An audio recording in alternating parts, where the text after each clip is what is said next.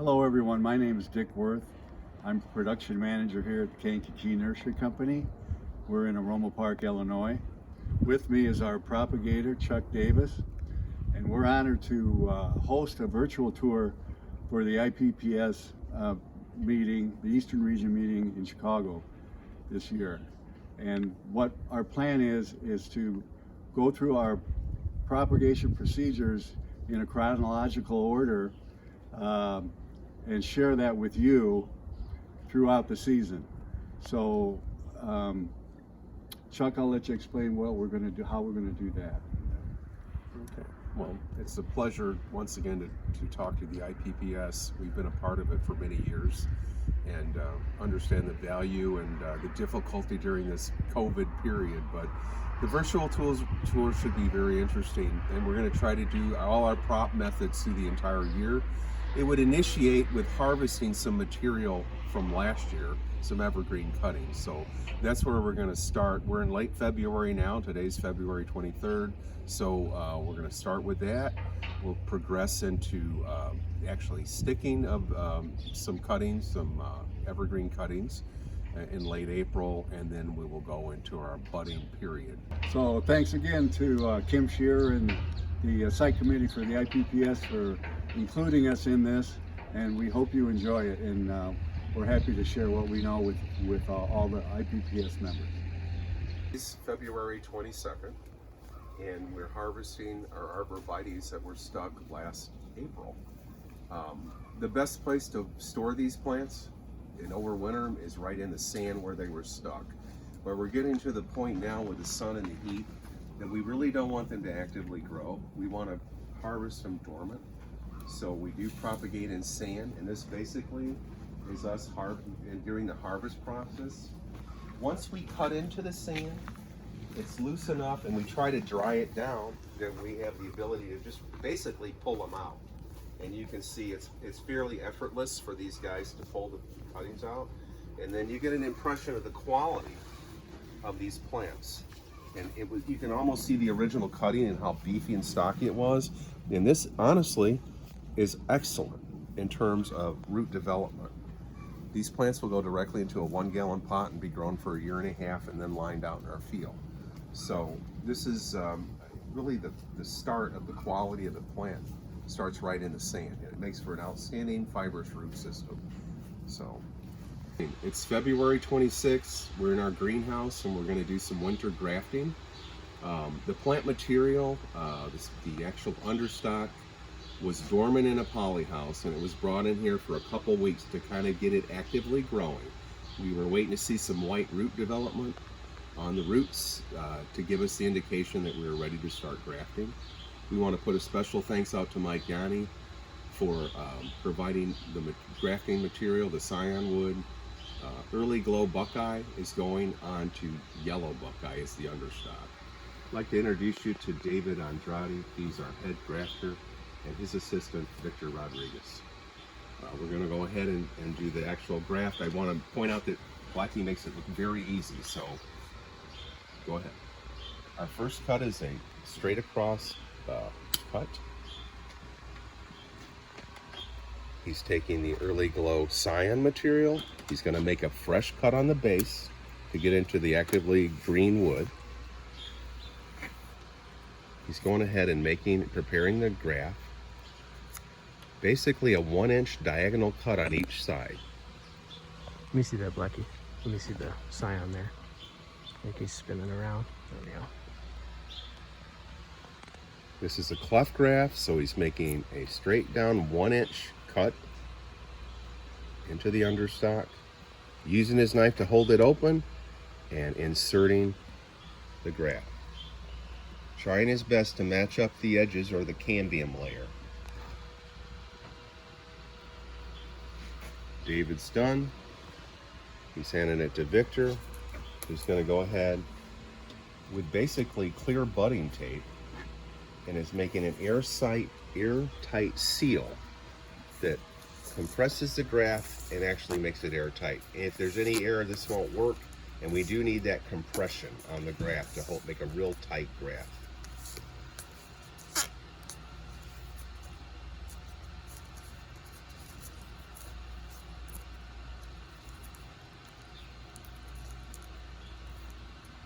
that's complete. And we're going to leave that on for up to 2 months. We're going to monitor it and look at it over time, but the stronger the graft union, the better off the take. So that's basically our cleft graft process. You can see in here we've done about 400 of them. So looking forward to seeing how this works. Thank you. Okay, we're in a process of selecting cuttings. It's May 10th, and we're taking cuttings that will be stuck in our greenhouses. This is a 4-year-old plant. This is Brabant arborvitae, a very good grower, very vigorous grower. So we can come to these plants and take 4, 5, 6 cuttings per plant, just working around the plant, trying to just take it indiscriminately off the plant. Great cuttings, strong cuttings. You can see the stockiness of them. They're approaching a 1/4 inch in diameter. And this has worked well with us over the years. If we stay with these younger plants, there's a lot of juvenility and we get really good rooting success with these. And there's an example of the final cutting.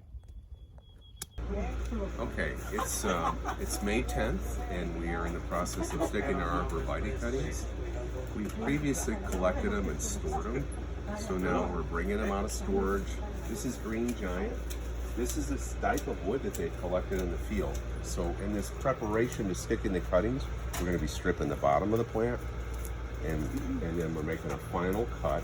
You come over here and look at that.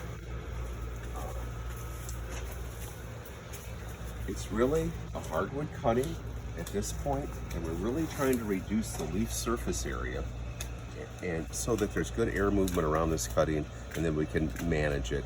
You can see by stripping, we pre-wounded the cutting, so that's where our rooting is going to come from, and that's just through the stripping process. We're also going to be dipping it in 5,000 parts per million dip and grow as a rooting hormone, and that's basically our procedure. Initially, we make a pattern in the sand using a fairly low-tech dibble board that gives us a pattern that's 2.5 inches by 2.5 inches on the spacing. And that's worked well with us over the years. That gives these people a pattern to stick to cuttings. And that's what they're doing now. This trimmed cutting, they're basically sticking it into the sand in that pattern. The other important thing is once we do stick these in the sand is to really water them in so that the sand basically flows around the cutting and seals it. I can't overemphasize how important it is to seal the cutting off to air or it'll never root. So that is the process. The medium that we're using is torpedo sand. It's a coarse sand. You want something coarse, not as fine as masonry sand. And this has worked well. It's a very inexpensive media that we're working in. The process of rooting will take about 2 months, and we'll harvest them next winter. We're basically intermittently misting these cuttings just to basically keep the sand wet and to just take a little bit of the high temperature and stress off the plants. The plants are unique that they have a cuticle layer, a waxy coating, so they're not quite as susceptible as a deciduous plant with leaves. So the frequency of mist does not have to be every 15 minutes or anything. But we are trying to just basically push them along and give them a little bit of mist to cool them off and to keep them moist. On the hottest of days, once every 30 minutes would be our methodology. So we're going to look at this boom. It's a simple boom that works off a 24-hour clock and a 60-minute clock. And we would probably have it come on about 10 in the morning and go off about 4 in the afternoon. And the nozzle size is an 8002, 2/10 of a gallon of water per hour. So less is more with mist. And it does a really nice, accurate job. The one thing to remember is, as they root, we have to reduce the moisture or we will rot them. And that's a mistake that we can make. So we just have to be really aware of how much water's on them. And we're just trying to temper them. Okay, today is June 28th, 2021. We're doing our coffee tree budding. Right now we're doing decaf. David is got the cyan wood. And we're going to zoom in on this and sort of show you, can you show us what you're taking off of this? So he's making a cut and then a lower cut to create this chip, and this is a chip bud. Now he's going to go to the understock and perfectly match that cambium layer up, and that's been very successful. The key to this coffee tree production is that we're doing it on a 2-year seedling. So we have a 2-year root system pushing through a 1-year bud, and it's been very successful. And also the timing. This is typically a lot earlier than we normally would do it, but this particular variety seems to like to be very juiced up and has been very successful with this methodology. So through this process, we're going to be doing decaf and skinny latte. So if we reflect back to Victor, he's basically coming behind, putting clear tape, and really just sealing that up and steadying it, sealing it from any kind of outside oxygen.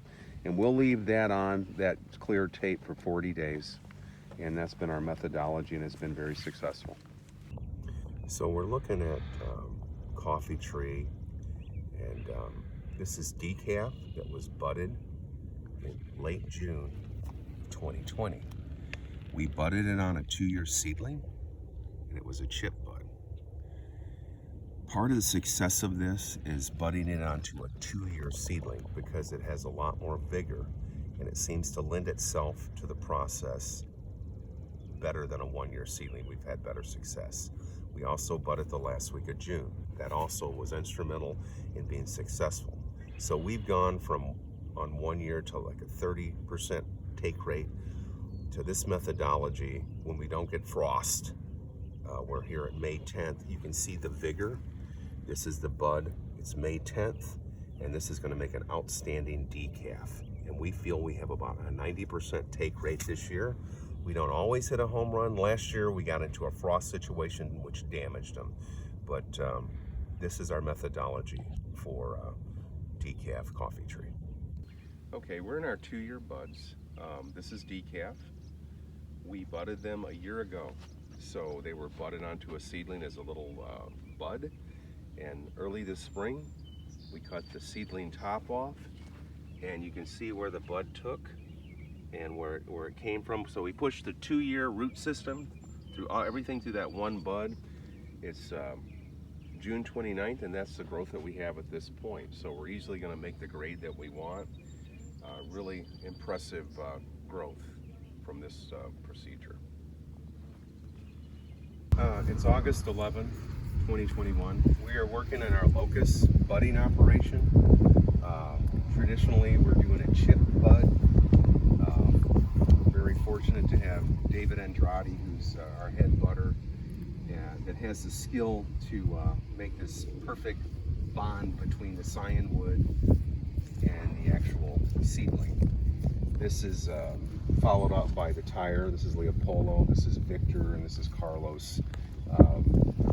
The success of this operation is because of the quality of the actual bud itself. It's a precise cut on that seedling. And this is some cyan wood he's collected today, and he's trying to match that cambium layer perfectly, which he's managing to do. Our success rate is probably 80 to 90% on this crop, and it's just excellent skill. If you really want to be humble, try it. Blackie will let you use his knife, and it's a lot harder than it looks. So we're blessed to have these guys, and they're doing a great job. So we're really starting our budding season. We'll go through September, the first week of September. So we're budding about 50,000 plants. So can't say enough about the group that's doing it, and we're proud to have them. Okay, good morning. This is September 10th, 2021. We're working with our crabs. This is our last day of budding. We're almost finished. The guys are tired, but they've done an excellent job again.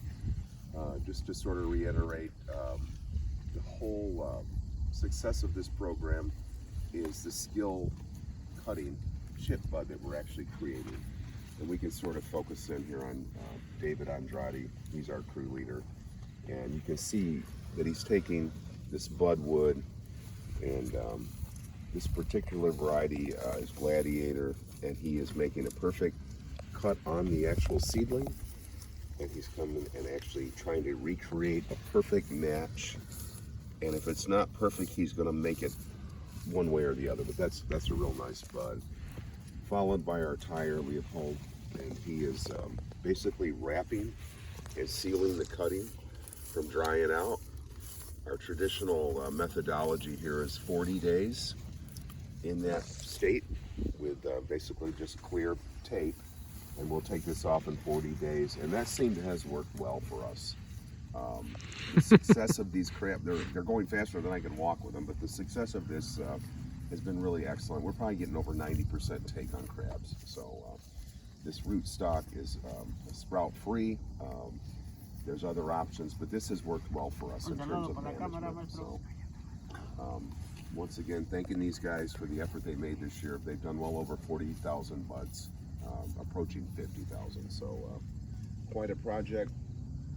There's a little reflection of the whole field. The success of this program is these people. Without them, we wouldn't be able to do this. So we feel very fortunate to have Blackie and Victor, Leopold and Carlos did all this by themselves. So proud of these guys. So Chuck, can you give us a little brief rundown of the varieties that are out here? sure. We started with locust. After that, we did Amelanchier. I should have studied more for it. Lilac, which were mostly ivory silk, hackberries, another group where we're trying to do Chicagoland on the hackberry. We do bald cypress, Shawnee Brave on the straight bald cypress. I'm going to forget some of these things. Silver linden, little leaf linden, American linden. So 3 different types of lindens.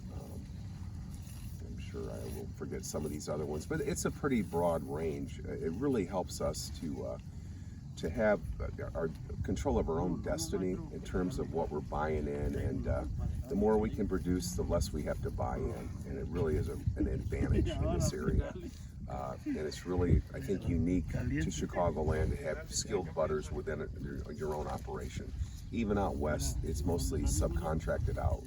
But these guys not only do this, they do a lot of other things. This is predominantly a loading crew, some of our best loaders of trucks, and Polo's involved in propagation with me on different things in props. So can't say enough about the guys. That's what it takes to make it happen, is someone with the skill and the desire to do a good job. So we're proud of the guys, and hopefully this was clear and concise enough that you understand the process.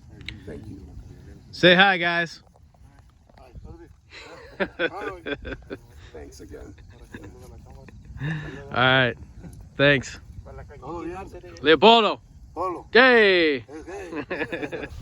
We talked a lot about our butters and their expertise, but we couldn't do any of this operation without the support people that are involved with this process.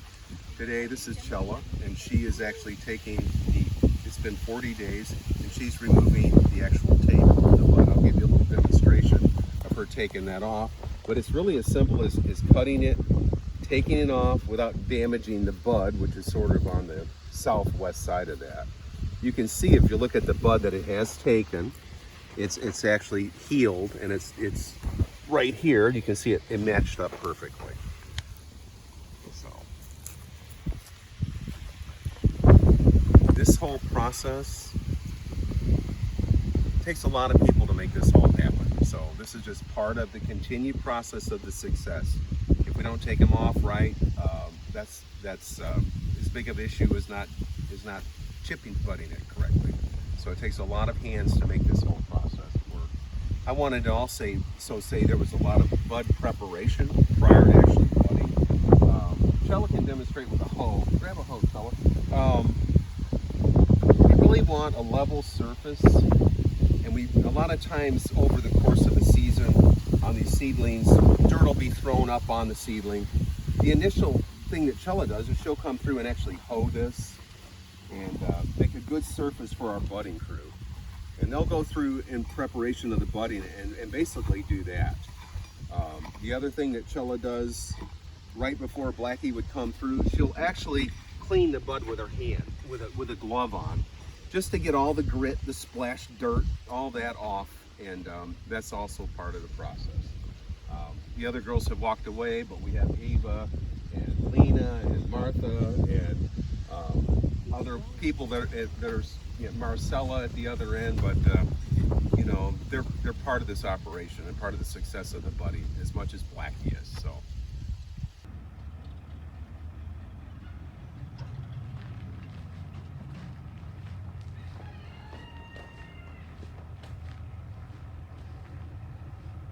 Okay, it's June 28th, kind of revisiting the arborvitae propagation.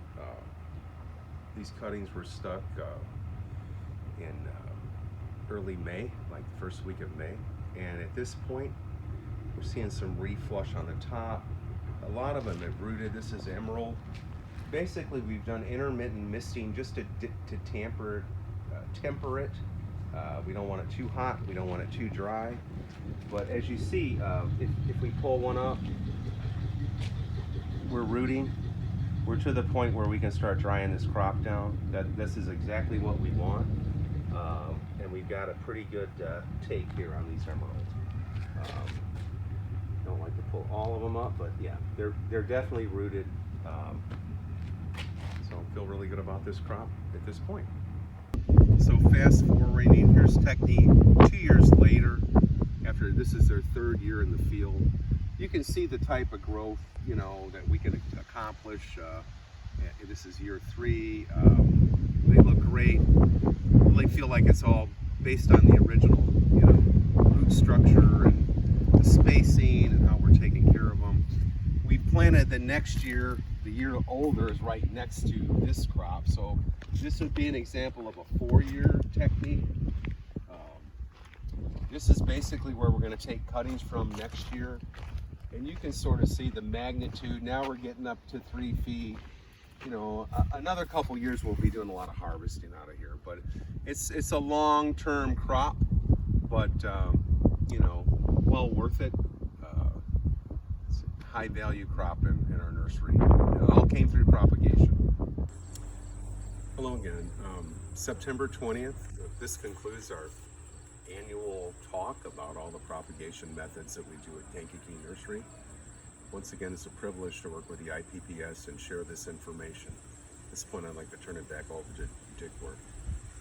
All right, thanks, Chuck. And yeah, we're proud to be able to do this and share with the IPPS. I think you can see that the Kankakee Nursery here we've made a commitment to propagation, and we're going to continue that as we go forward. I also would note that, you know, we've been at it a long time, because I happen to have the proceedings from the Plant Propagator Society from the 8th annual from 1958, which my uncle Phil was one of the attendees and he gave a talk on rooting hardwood cuttings. So it's all in here, and that was 1958, and this is 2021, and we're still going strong. And you can see through this past video how fortunate we are to have a guy like Chuck Davis with us, and his passion and professionalism really comes out. And one of the things that he kept repeating, which is my mantra as well, is our people are what makes us, what makes it go, and part, not just propagation, but everything else. But so that is really important to us. Secondly, I want to thank Morton Arboretum for hosting the meeting this year, and we are very fortunate to have a working relationship with them, with the people there, and it's really a win-win situation, I think, for both the Arboretum and ourselves, because we're not that far away. We're an hour away, and we can you know, talk with them and work with them. So